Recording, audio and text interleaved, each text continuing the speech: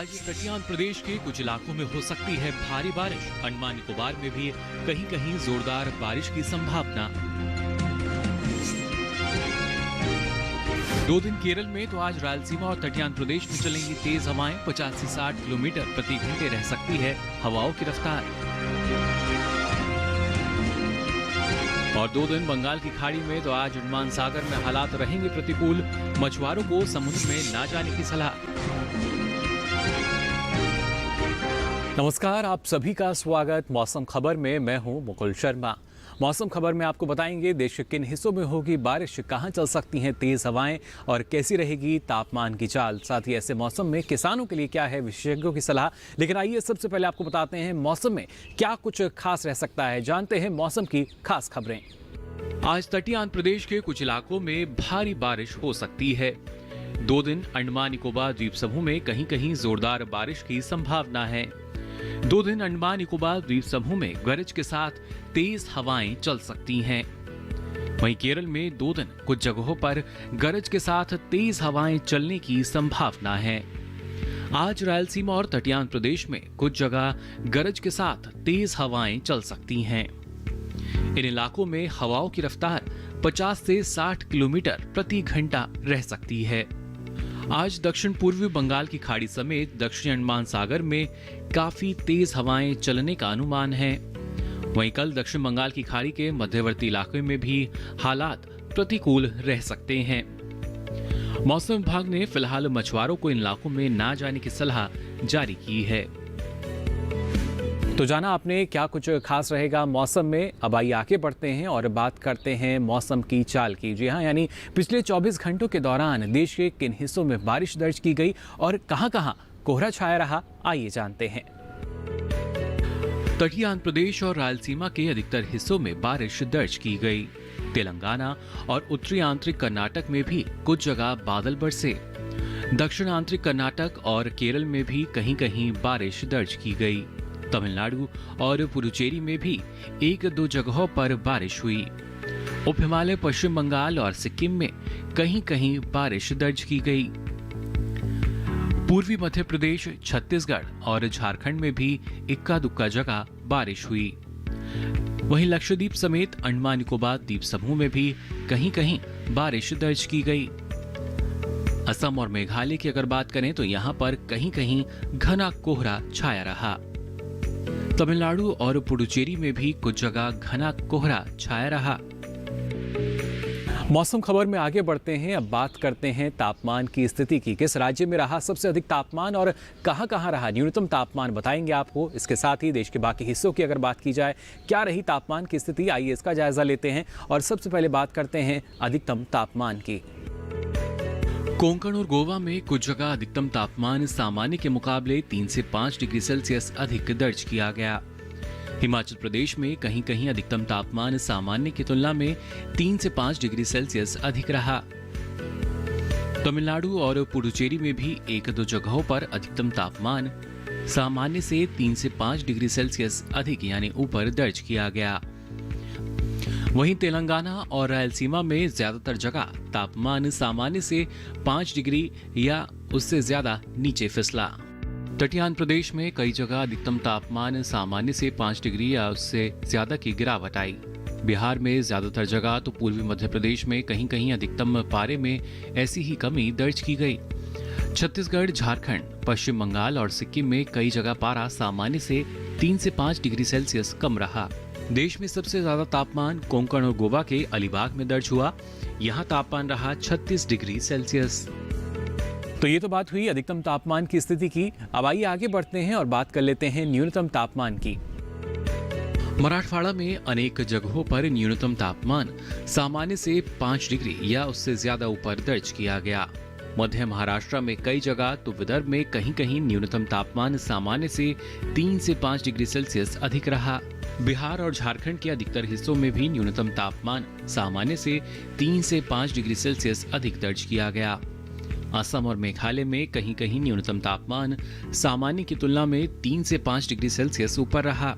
गांगे पश्चिम बंगाल में अधिकतर जगह तो ओडिशा में कई जगह तापमान सामान्य से 1.5 से 3 डिग्री सेल्सियस ज्यादा रहा।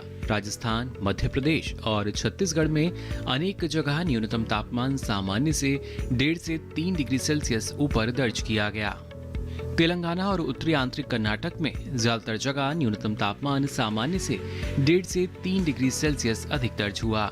देश के मैदानी हिस्सों में सबसे कम तापमान उत्तराखंड के पंतनगर में दर्ज किया गया। यहाँ तापमान 5.2 डिग्री सेल्सियस रहा। तो जाना आपने तापमान का हाल। अब आइए आगे बढ़ते हैं और बात करते हैं बारिश के अनुमान की। अगले 2 दिन देश के किन किन हिस्सों में बारिश की संभावना जताई गई है और कहां-कहां मौसम साफ बना रहेगा, जान लेते हैं इस रिपोर्ट में। मौसम विज्ञान विभाग के अनुसार आज तटीय आंध्र प्रदेश में अनेक जगहों पर बारिश हो सकती है। इसके अलावा तेलंगाना में आज कहीं-कहीं बारिश की संभावना है। तमिलनाडु और पुडुचेरी में भी कुछ जगहों पर बारिश की संभावना है। इसी तरह रायलसीमा के कुछ हिस्सों में बारिश के आसार हैं। वहीं केरल समेत तटीय और आंतरिक कर्नाटक में कुछ जगह बारिश का अनुमान है। दूसरी ओर अंडमान निकोबार द्वीप समूह में अच्छी बारिश की संभावना है। वहीं लक्षद्वीप में हालांकि बारिश की संभावना नहीं है। पूर्वी और पश्चिमी मध्य प्रदेश समेत छत्तीसगढ़ में इस समय बारिश की संभावना नहीं है। गुजरात में 2 दिन मौसम साफ रहने की संभावना जताई गई है। मध्य महाराष्ट्र, मराठवाड़ा और विदर्भ में भी इस समय बारिश की संभावना नहीं है। कोंकण और गोवा में भी फिलहाल बारिश के आसार नहीं हैं। पूर्वी राज्यों में बिहार और झारखंड में 2 दिन मौसम साफ रह सकता है। ओडिशा में भी फिलहाल बारिश का अनुमान नहीं है। गांगे और हिमालय, पश्चिम बंगाल समेत सिक्किम में भी 2 दिन बारिश की संभावना नहीं है। वहीं अरुणाचल प्रदेश, असम और मेघालय समेत नागालैंड, मणिपुर, मिजोरम और त्रिपुरा में भी बारिश की संभावना नहीं है। जम्मू कश्मीर, लद्दाख, हिमाचल प्रदेश और उत्तराखंड में फिलहाल बारिश की संभावना नहीं है। वहीं उत्तर प्रदेश, पंजाब, हरियाणा और दिल्ली में 2 दिन बारिश के आसार कम हैं। इसी तरह राजस्थान में भी फिलहाल बारिश की संभावना नहीं है। तो जाना आपने बारिश, तेज हवा और इसके साथ साथ तापमान का हाल। इसी के साथ ही मौसम खबर में वक्त हो चला एक छोटे से ब्रेक का। ब्रेक से लौटेंगे तो आपको बताएंगे मौसम से जुड़ी कुछ और खास जानकारी। आप बने रहिए दूरदर्शन किसान पर।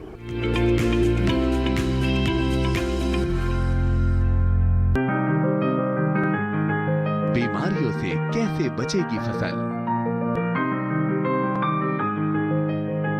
मवेशियों की मुश्किलों का क्या है हल, कहां से लाएं बीज, कितनी लगेगी खाद,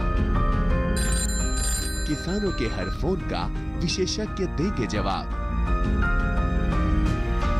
देखिए हेलो किसान लाइव सोमवार से शुक्रवार शाम 6 बजे।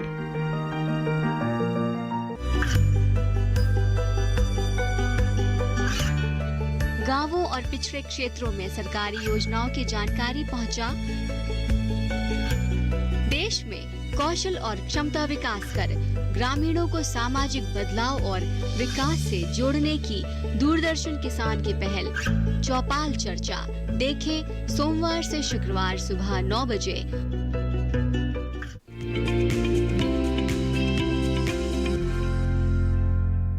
ब्रेक के बाद आप सभी का एक बार फिर स्वागत मौसम खबर में। ब्रेक पे जाने से पहले आपने जाना देश के कई हिस्सों में तेज हवाएं चल रही हैं। साथ ही अगले 2 दिन भी यहां पर तेज हवाओं की संभावना है।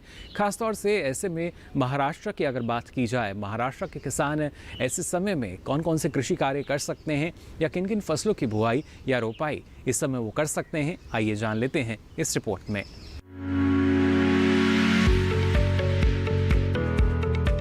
कोंकण के सिंधुदुर्ग जिले में इस समय तेज हवाएं चल सकती हैं। ऐसे में यहाँ के किसानों के लिए सलाह है कि वो आम, काजू, नारियल और सुपारी जैसे नए बागों में पौधों को सहारा दें। इसके साथ ही यहाँ रबी धान की नर्सरी तैयार करें। कोंकण में ही किसान इस समय रबी मूंगफली की बुआई कर सकते हैं।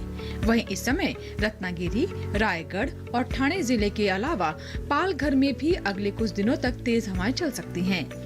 यहाँ भी नए बागों को तेज हवाओं से बचाएं। इसके साथ ही रत्नागिरी जिले के किसान भिंडी, बैंगन, टमाटर और मिर्च जैसी सब्जियों के पौधों पर मिट्टी चढ़ाएं। इन इलाकों में मौसम शुष्क है, ऐसे में यहाँ खेतों की जरूरत के अनुसार हल्की सिंचाई करें। यहीं इस समय अरहर में कीटों का प्रकोप बढ़ सकता है, किसान इसकी निगरानी करते रहें। मध्य महाराष्ट्र क्षेत्र की बात करें तो यहाँ पुणे, जलगांव और सोलापुर जिले में जहाँ गेहूं की फसल 18 से 21 दिन की हो चुकी है, उनमें सिंचाई करें। यहीं गेहूं और चने में निराई का काम करें। चने की फसल में नमी का विशेष ध्यान रखें। अगर मिट्टी में दरार दिखाई दे तो उसमें सिंचाई करें। वहीं विदर्भ के किसान ज्वार, चना और कुसुम की फसल में निराई का काम करें। इसके साथ ही यहाँ प्याज की नर्सरी लगाएं। यहाँ सफेद प्याज में अकोला सफेद, फूले सफेद, यशोदा, भीम और श्वेता जैसे किस्में चुने। जबकि लाल प्याज में पूसा रेड, निफट 53, एग्रीफाउंड लाइट रेड, N241 और अर्का प्रगति जैसे किस्में चुने। कोल्हापुर, सांगली और सतारा जिले के किसान इस समय गन्ने की कटाई करें। इसके साथ ही यहाँ ज्वार के खेतों में नमी संरक्षित करने के लिए पुआल और सूखे पत्तों से मल्चिंग करें। और आइए अब आगे बढ़ते हैं। आज की फसल में बात करते हैं गेहूं की। अगर आप इसकी खेती करना चाहते हैं तो किस बातों का आपको ख्याल रखना होगा, कौन सी उन्नत किस्में हैं जिनका चयन करना होगा, क्योंकि कई जगह जो किसान हैं इसकी बुआई कर भी चुके हैं। किस तरह की देखभाल की आवश्यकता होती है, या फिर बात कही जाए प्रबंधन की, किस तरह का प्रबंधन गेहूँ की फसल को चाहिए अच्छी उपज के लिए, आइए जान लेते हैं इस रिपोर्ट में।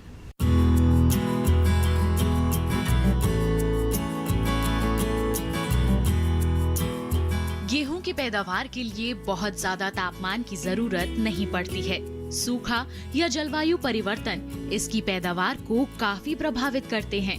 ऐसे में अच्छी उपज के लिए मौसम की अहम भूमिका होती है। वैसे उन इलाकों में गेहूं की पैदावार अच्छी होती है जहां गेहूं के बढ़ने के समय मौसम ठंडा और नम हो, जबकि फसल पकने और कटाई के समय मौसम सूखा और गर्म हो।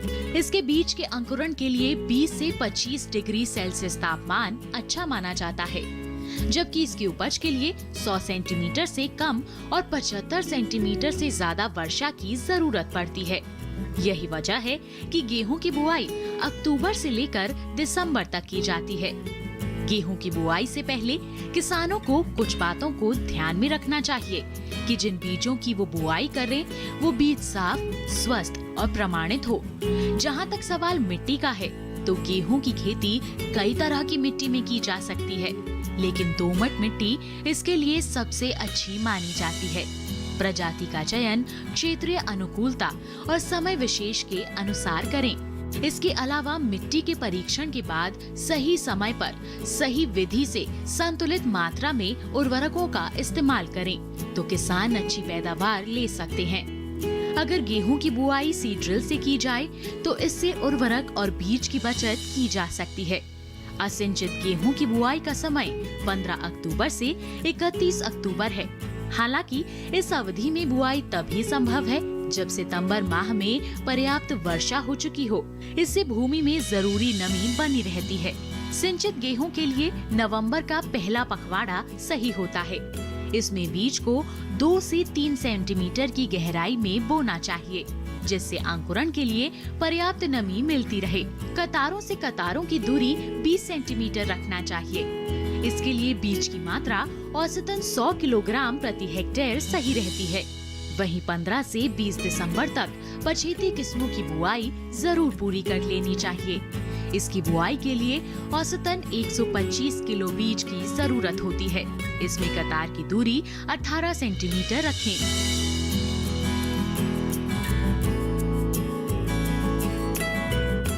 और अब आगे बढ़ते हैं। मौसम के लिहाज से आपको बताते हैं पंजाब की अगर बात की जाए, यहाँ किसान कौन कौन से कृषि कार्य कर सकते हैं। पंजाब के किसान इस समय गेहूं की बुआई करें। पंजाब में ये समय जड़ वाली सब्जियों की बुआई के लिए भी अनुकूल है। पंजाब में मूली, शलजम और गाजर की बुआई किसान कर सकते हैं।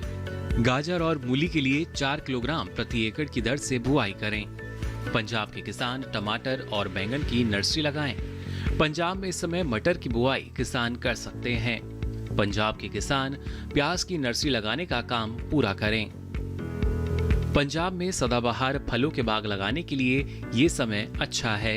यहाँ नींबू वर्गीय फल, आम, अमरूद, पपीता, लीची और आंवला के बाग किसान लगा सकते हैं। इसी के साथ ही मौसम खबर में वक्त हो चला एक और छोटे से ब्रेक का। आप बने रहिए दूरदर्शन किसान पर।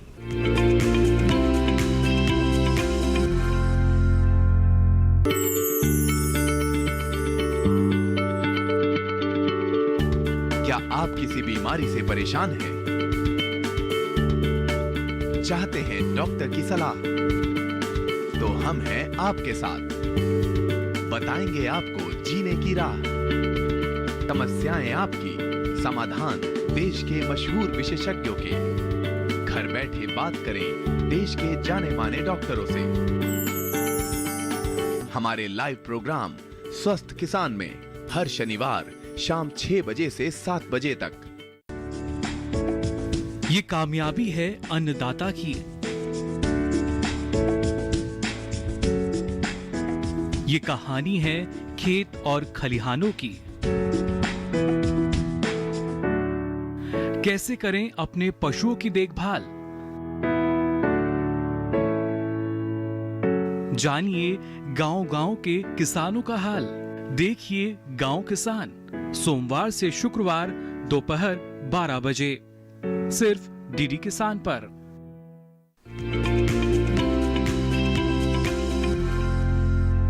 ब्रेक के बाद आप सभी का एक बार फिर स्वागत मौसम खबर में। अब चलिए आगे बढ़ते हैं और बात करते हैं गुजरात की। यहाँ पर किसान कौन कौन से कृषि कार्य कर सकते हैं गुजरात के अलग अलग हिस्सों में, आइए जानते हैं।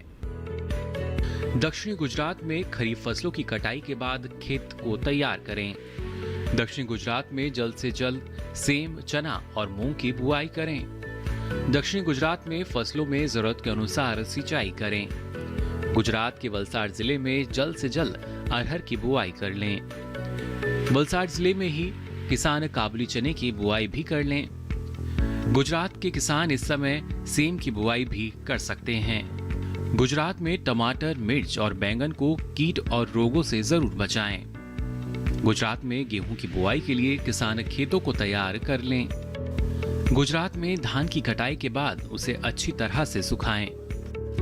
तो जाना आपने गुजरात में किसान कौन कौन से कृषि कार्य कर सकते हैं। अब आगे बढ़ते हैं और आपको बताते हैं अगले 2 दिन मौसम में क्या कुछ खास रहेगा। आज तटीय आंध्र प्रदेश के कुछ इलाकों में भारी बारिश हो सकती है। 2 दिन अंडमान निकोबार द्वीप समूह में कहीं कहीं जोरदार बारिश की संभावना है। 2 दिन अंडमान निकोबार द्वीप समूह में गरज के साथ तेज हवाएं चल सकती हैं। वहीं केरल में 2 दिन कुछ जगहों पर गरज के साथ तेज हवाएं चलने की संभावना है। आज रायलसीमा और तटीय आंध्र प्रदेश में कुछ जगह गरज के साथ तेज हवाएं चल सकती हैं। इन इलाकों में हवाओं की रफ्तार 50 से 60 किलोमीटर प्रति घंटा रह सकती है। आज दक्षिण पूर्वी बंगाल की खाड़ी समेत दक्षिणी अंडमान सागर में काफी तेज हवाएं चलने का अनुमान है। वहीं कल दक्षिण बंगाल की खाड़ी के मध्यवर्ती इलाके में भी हालात प्रतिकूल रह सकते हैं। मौसम विभाग ने फिलहाल मछुआरों को इन इलाकों में ना जाने की सलाह जारी की है। और आइए अब चलते चलते नजर डाल लेते हैं देश के प्रमुख शहरों के तापमान पर।